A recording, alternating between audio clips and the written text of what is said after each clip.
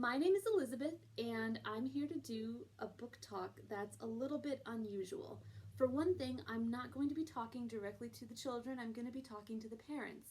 And parents, if you have a preschool age child, you're probably already familiar with the Every Child Ready to Read initiative.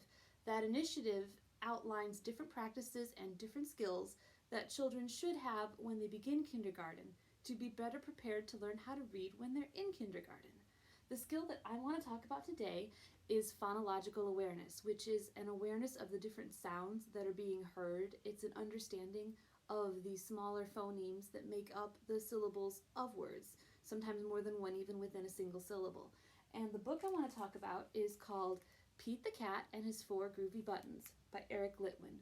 This book is available on Overdrive. And one of the things that this book does that's so wonderful is it includes singing as part of the story. So when you're reading this book to your child, you won't be just talking the whole time, you'll also be singing.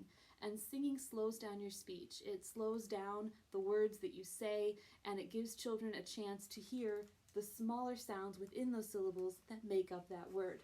Something else that the book does is use rhyme and use repetition, and it has things, interjections like pop, and even phrases such as, oh no, where again there's rhyming, and it gives you a chance to really drag it out and get into it. There are other books besides that that also support this skill. Two of the ones that I'm highlighting are Blocks by Irene Dixon and What's Your Sound, Hound the Hound.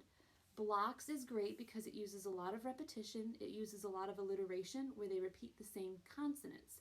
Ruby plays with her red blocks.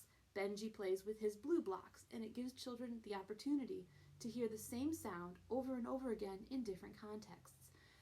This book, What's Your Sound, Hound the Hound, also rhymes, and it has onomatopoeia in it. It has moments where you get to see woof woof woof written out, where you have words that make the sound of the sound they represent. Books with animals and animal noises, books that rhyme and use repetition.